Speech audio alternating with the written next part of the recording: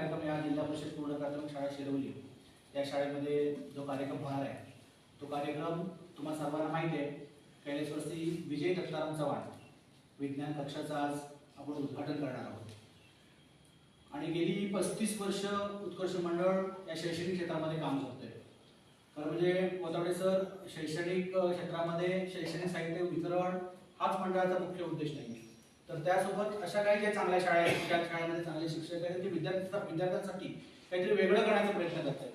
असे शिक्षक घेऊन त्या शाळांमध्ये वेगळं काही देता येईल का या भावनेतून एक 2-3 वर्षामध्ये हा विज्ञान प्रयोगशाळेचा एक उपक्रम मंडळाने सुरू केला.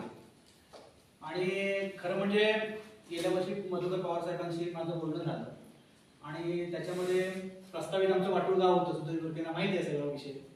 आणि या वाटूळ गावामध्ये वाटूळ जे हायस्कूल आहे त्या हायस्कूलमध्ये या हायस्कूलचेच माझे विद्यार्थी आणि आमच्या वाटूळ गावचे सुपुत्र कैलासवासी विजय दत्ताराम चव्हाण यांची आठवण आपल्याच गावामध्ये कुठेतरी राहावी या हेतूने ती विज्ञान प्रयोगशाळा आमच्या गावामध्ये सुरू करण्याचा आमचा एक मानस होता. काही तांत्रिक अडचणी त्यामध्ये आल्या. त्याच्यामध्ये मग पवार साहेबांचं असं म्हणणं झालं की आपण याच नावाने त्याच्याच नावाने अन्य कुठे देता येईल का विज्ञान प्रयोगशाळा. तर गेली 3-4 वर्ष पवार सर या शाळेचा विज्ञान क्षेत्रातला आलेख हा चढता आलेख जिल्हा परिषदेच्या नासा इस्रो दौऱ्यासाठी विद्यार्थ्यांच्या परीक्षा होतात रत्नागिरी जिल्हा परिषदेच्या. आणि त्या परीक्षामध्ये जे विद्यार्थी गुणवत्ता यादीमध्ये येतात प्रत्येक तालुक्यातून एक विद्यार्थी निवडला जातो. 9 तालुक्याचे 9 विद्यार्थी असतात.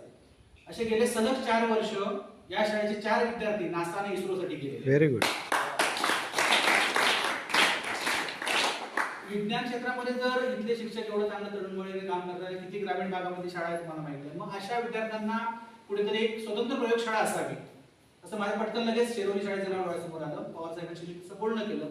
पवार सर म्हणाले ठीक आहे आपण त्या ठिकाणी काम करूया. आता इथे जे कार्यरत असणारे शिक्षक केसरकर सर त्यांचं तर नुकतंच प्रमोशन झालं केंद्र म्हणून. त्यांची मेहनत म्हणजे गोदावडे सरांची मेहनत आहे, त्याच्यासोबत त्यांची मेहनत आहे. दळवी मॅडम दुसरे एक शिक्षिक आहेत त्यांची त्याच्यामध्ये मेहनत आहे. आणि या मेहनतीचं फळ म्हणून हे त्यांना यश मिळालेलं आहे. गेले सलग 4 वर्ष यश मिळवणं सोपं आहे परंतु टिकवणं कठीण गोष्ट आहे. ती कठीण गोष्ट या शाळेने करून दाखवली. आणि ग्रामीण भागातले विद्यार्थी कोणत्याही सोयी सुविधा नाही आणि अशा परिस्थितीमध्ये